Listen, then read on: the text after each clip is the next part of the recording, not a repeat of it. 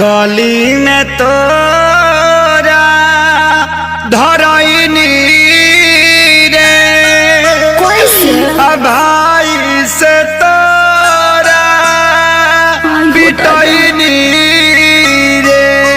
अरे का करे आइल रह हड्डी मसली सब देला से दूर अरे मरले सारे कसम से भरापुर अरे मरले सारे कसम से भरापुर अरे मरले सारे कसम से भरापुर।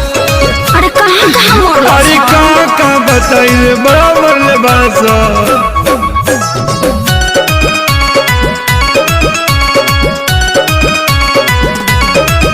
मुँह खोला होट बलेटवा खिया दी अब नया राजा हरदी पिया दी। ढेर पालिश मरद नहीं झरला पनु न गारा बात मीठा मीठा जानी कारा।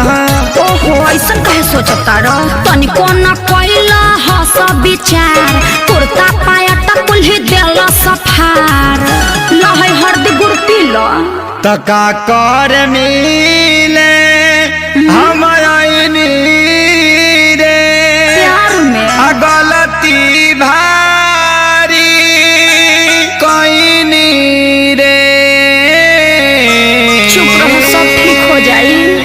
पूछतारू अब तू हर दिला गुड़ अरे मरले सारे कसम से भरापुर अरे मरले सारे कसम से भरापुर अरे मरले सारे कसम से भरापुर। अरे चुप रह चलो भोका माइस के सुई दिबा दी। वो कौन सुई है? दुख हरनी सुई। अच्छा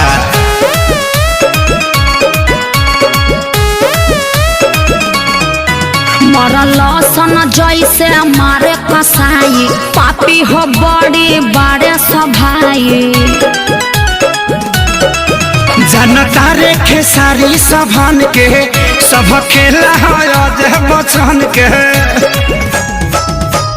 माने के नहीं मोहब्बत में हार ठीक नहीं कोई सभाई हमार। अरे हेंगा कोई मारेला अरे इज्जत अपन हम लुटैनी रे